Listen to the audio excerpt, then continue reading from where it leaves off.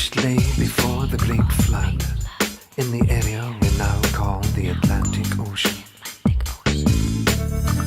So great an area of land that from her western shores, those beautiful sailors journeyed to the South and the North Americas with ease, in their ships with painted sail. To the east, Africa was a neighbor, across a short strait of sea miles. The great Egyptian age is but a remnant of the Atlantean culture. The antediluvian kings colonized the world. All the gods who play in the mythological dramas, in all legends from all lands, were from fair Atlantis. Knowing her fate, Atlantis sent out ships to all corners of the earth. On board were the 12, the poet, the physician, the farmer, the scientist, the magician, and the other so-called gods of our legends. Though gods they were, and as the elders of our time choose to remain blind, let us rejoice, sing, dance, and ring in the new age. Hail Atlantis!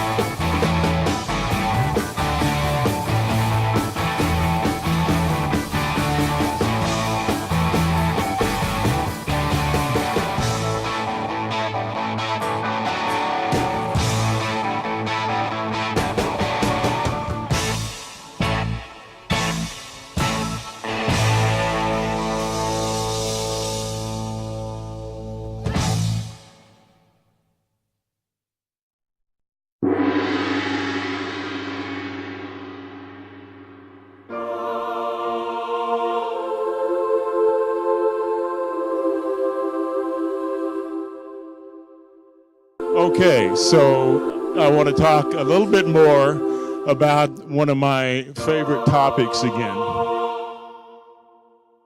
You know, John does a brilliant presentation on how they used crystals in Atlantis.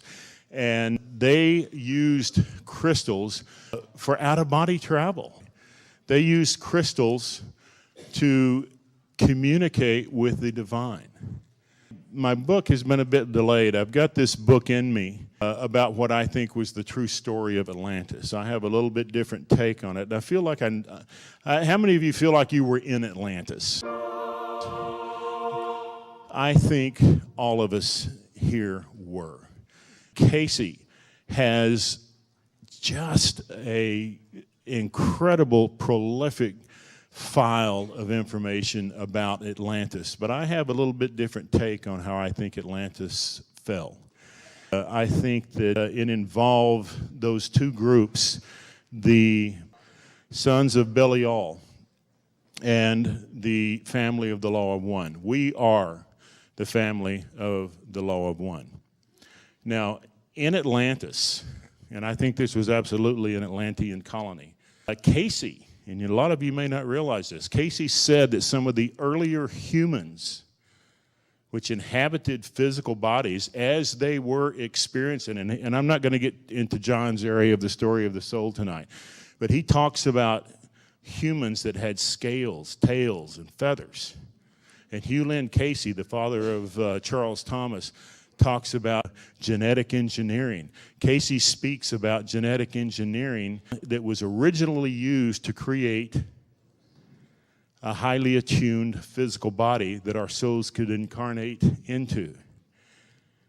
And it's my belief that this was done on the main island of Aryan, and that these bodies that they engineered remove the scales, remove the feathers, and were originally intended to give everybody a common chassis to work within.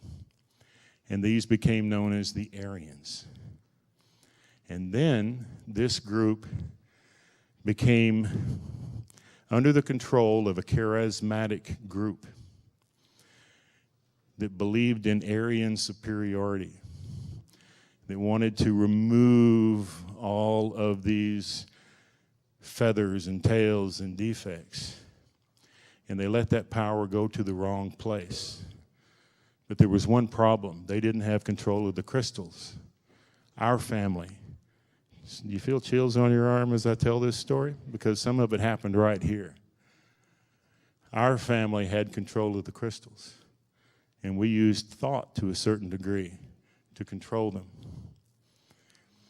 And the Aryans had developed genetic engineering then to a degree where they were creating what Casey called autotrons, robotically controlled human slaves. And human souls were being trapped in these, and they could not evolve their lifetime. And so this is original with the Metatronic readings that I've written. It's coming out in the books. We had control of the crystals, and they were only used in good purpose.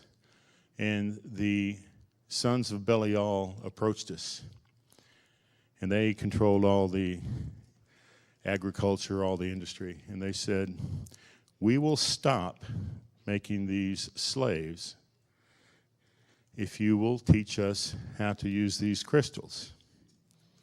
Right now, only your scientists, priests have that technology, and we'd like to use them too. We'd like to have say-so in that, and we can use them to lift the energies, lift the vibrations in schools and places of that nature. We can use them to make the plants grow faster. We can use them to make the weather more controllable. Because in Atlantis, they had this second moon. And I've had very, very clear pictures of this second moon in Atlantis. But it was not a natural moon. It was a giant crystal satellite.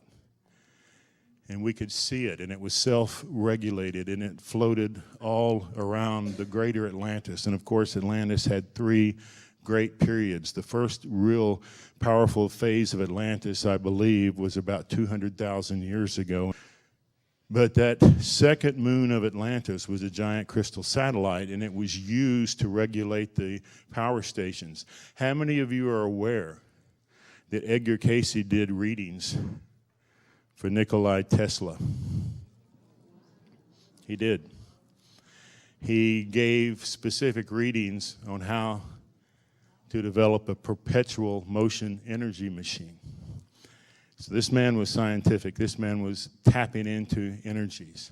Tesla was absolutely part of our family.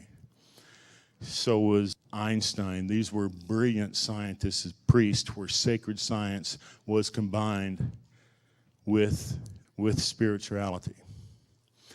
And so these Aryans approached us and said, we'll stop the genetic engineering, because by this time they were creating races of slaves.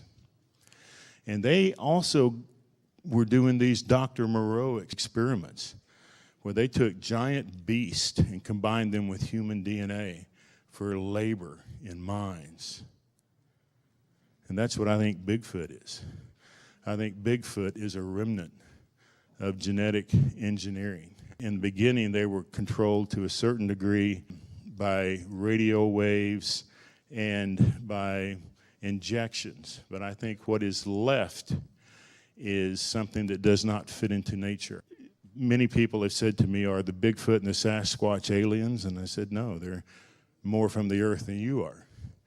Are they advanced beings? No. They are an abomination of nature. They don't fit, and they don't want to be here, and they're on their way out. And I think that there's less than 1,000 on the planet now. But they don't fit into the new energy that's shifting on the earth, and they're finding their way out. And it seems like a long time, but when you get above linear time, time is instantaneous.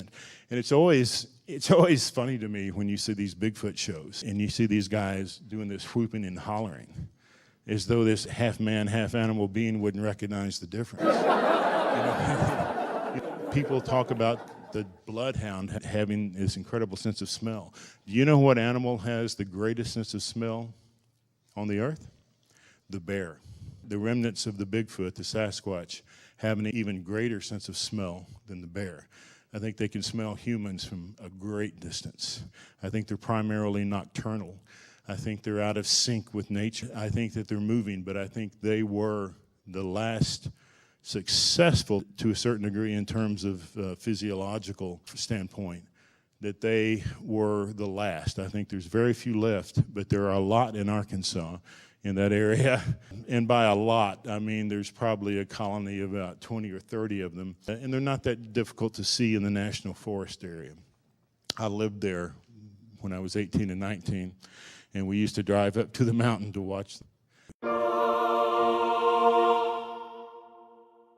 But it is part of why I think that Arkansas was absolutely an Atlantean colony. If they used crystal technology in a Tesla-esque way to broadcast energy, and these massive crystals were grown in an expedited process and tuned with music tones underneath these massive caverns that exist in Arkansas, they would have used, to a certain degree, these man-beasts, perhaps in some part of that role. But they are here.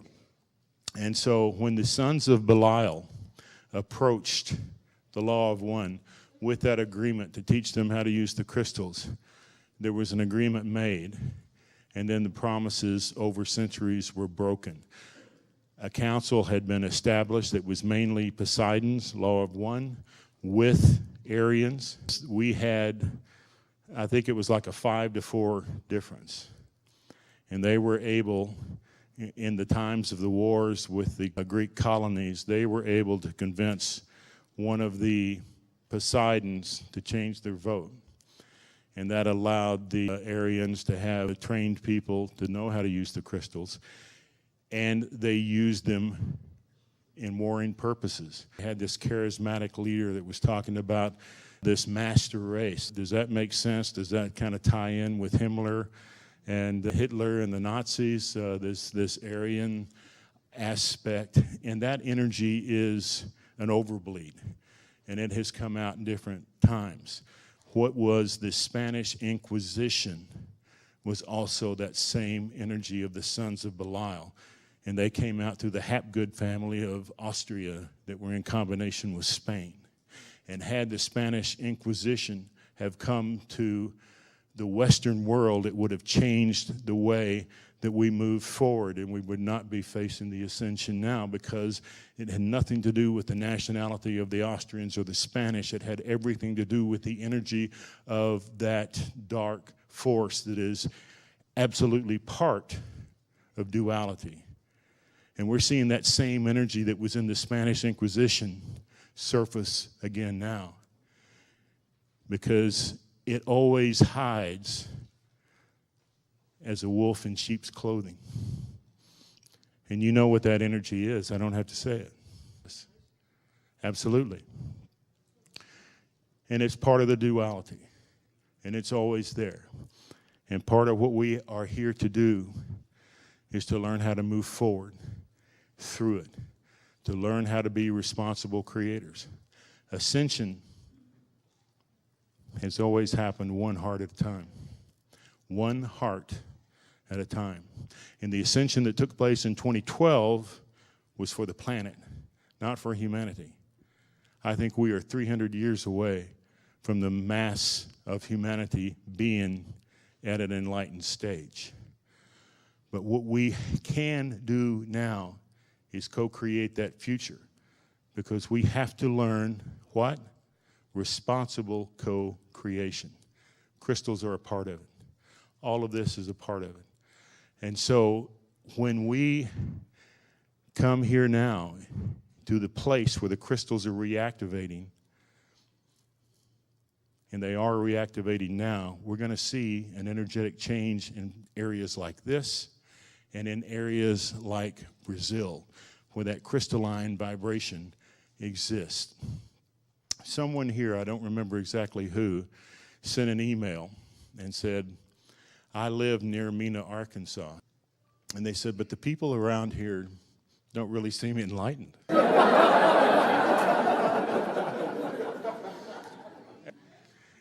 And I said, don't feel like the Lone Ranger. I live in Texas.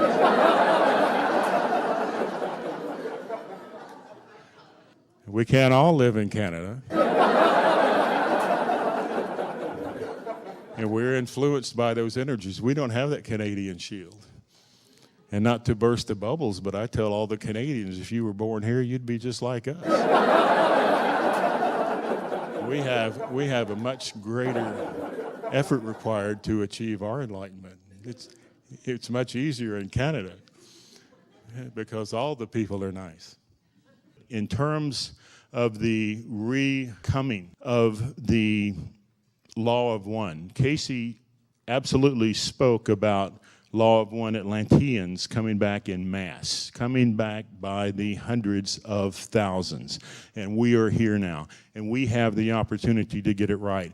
We have to let go of that associated guilt about how we lost those crystals. They were taken from us in a cunning ploy, and my book will talk about this. But I think that the sons of Belial took them in a cunning ploy by bringing one of the council members over, and then they began using them to create earthquakes in other areas of war.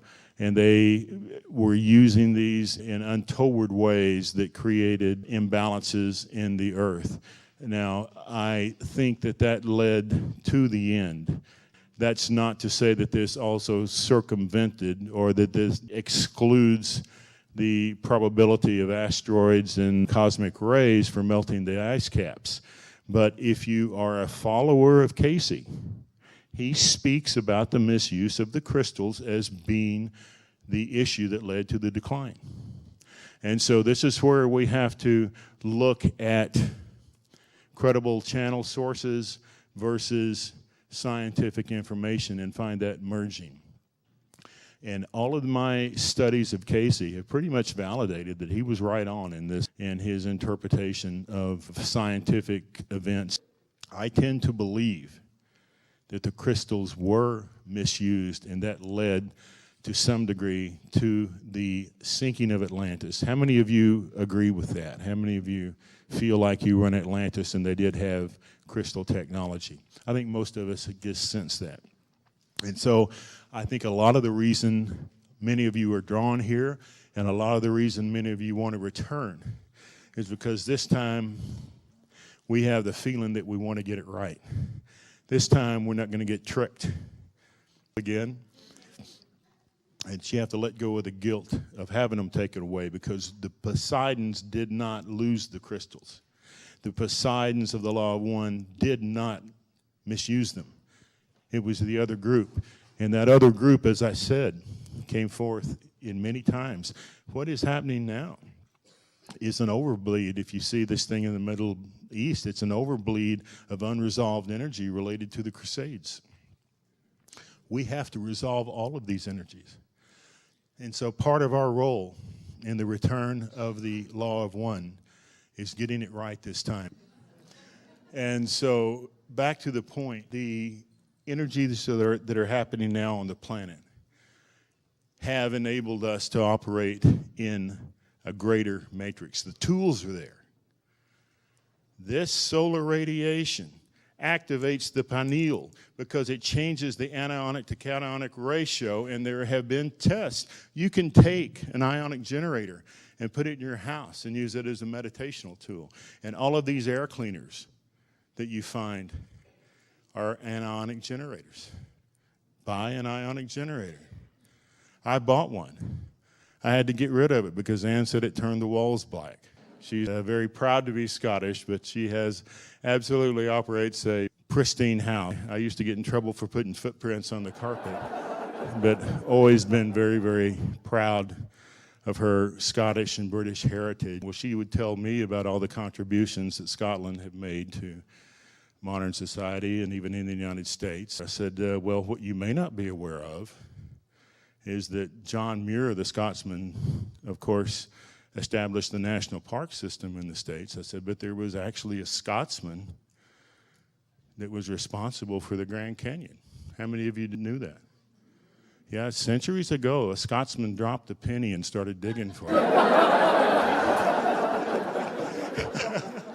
Anne didn't like that one too much, and I said, no, it's about perseverance, and so she accepted that. But back to our point about the changes that are taking place. There are changes that are taking place that allow us to be responsible creators. People are having more and more multidimensional types of experiences. How many of you went to Egypt with us in 2012? We had 125 people inside the king's chamber. That was packed in pretty good. And we took pictures, and their orbs, Henry is part of that photograph, Bruce is part of it, orbs everywhere, and we were seeing them. And I don't know if it was because of the energy of the king's chambers or because we had used up all the oxygen and we're breathing carbon monoxide. We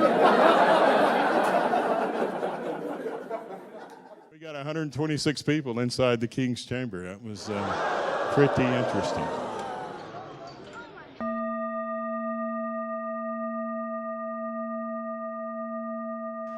But there are changes that are taking place. And what I think many of us are going through is the adjustments and the moving forward, because there are many people who are elders in this group that are moving forward. Anyone have any questions before I close? So we're going to end now. Thank you all very much.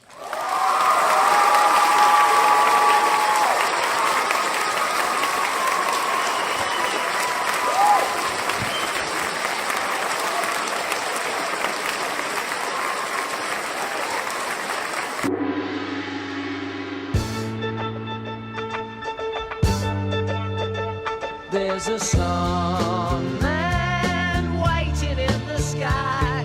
He'd like to come and meet us, but he thinks he blew our mind. There's a sun man waiting in the sky. He's told us not to blow it, 'cause he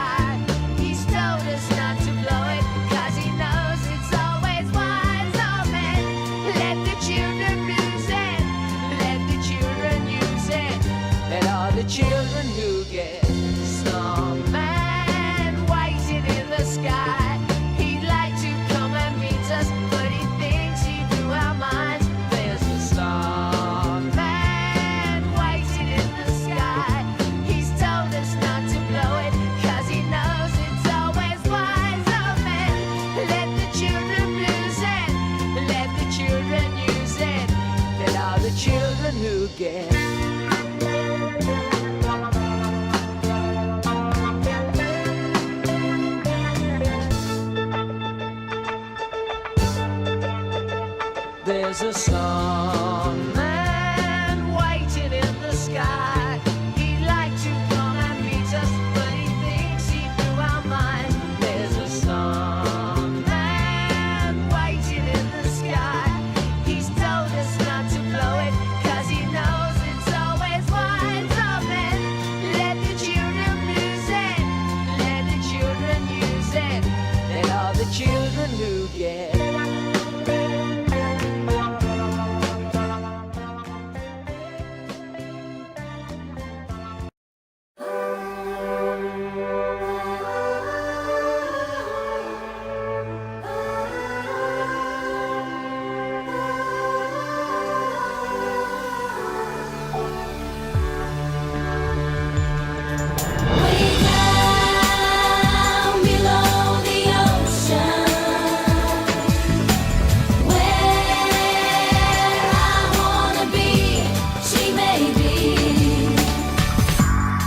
The continent of Atlantis was an island which lay before the great flood in the area we now call the Atlantic Ocean.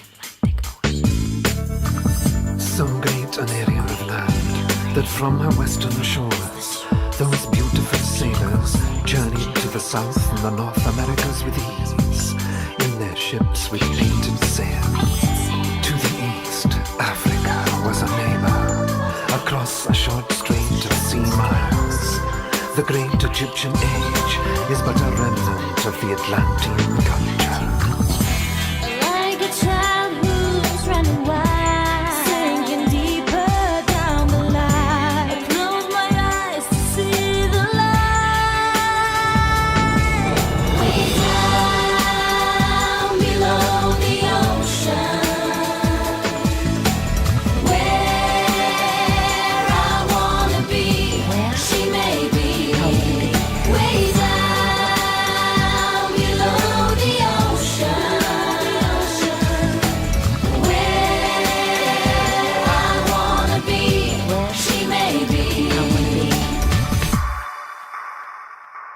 The antediluvian kings colonized the world. All the gods who played in the mythological dramas, in all legends from all lands, were from fair Atlantis.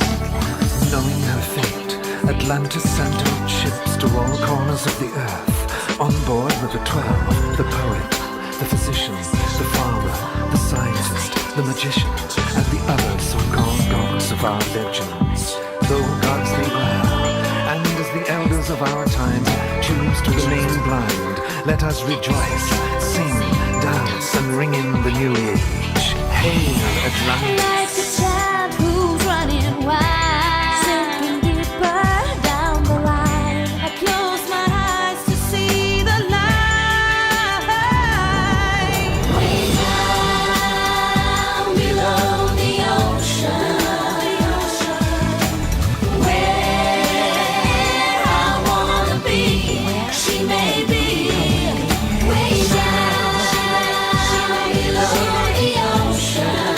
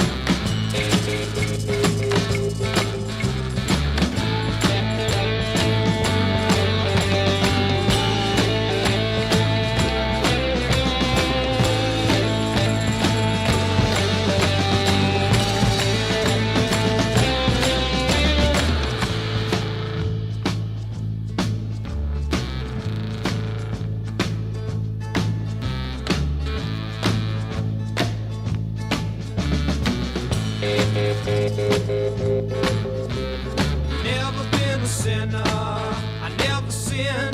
I got a friend in Jesus.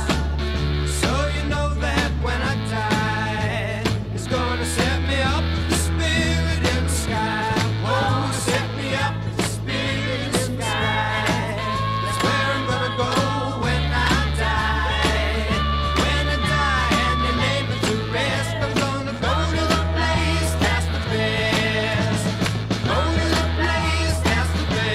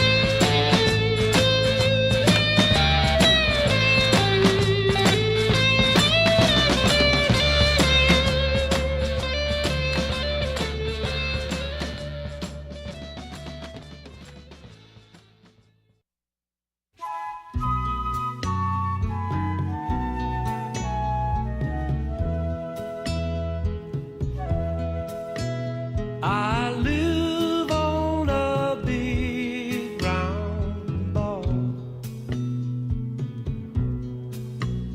I never do dream I may fall. And even one day, if I do, well, I'll jump off and smile back at you. I don't even know where we are,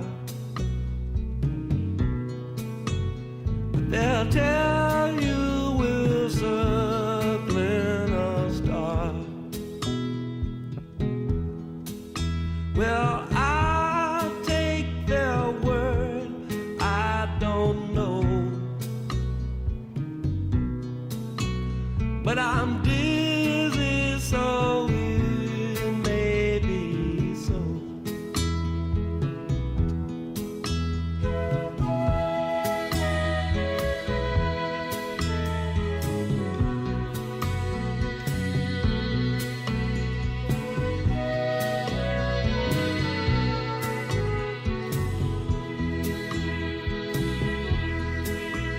I'm riding a big round ball.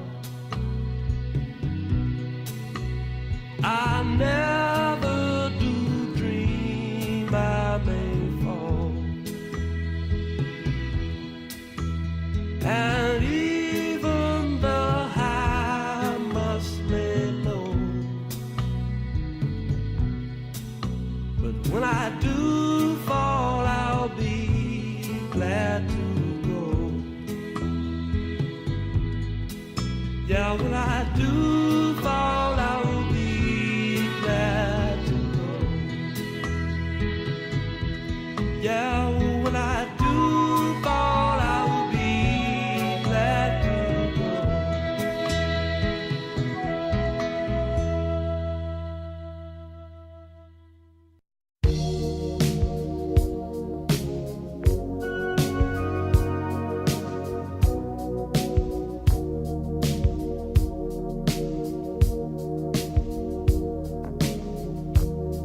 Gotta take a little time to think things over.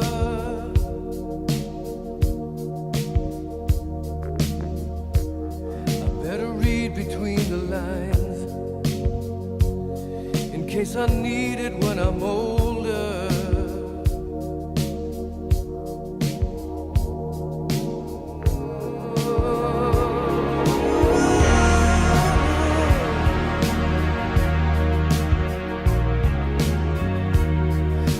Mountain I must climb feels like the world upon my shoulders.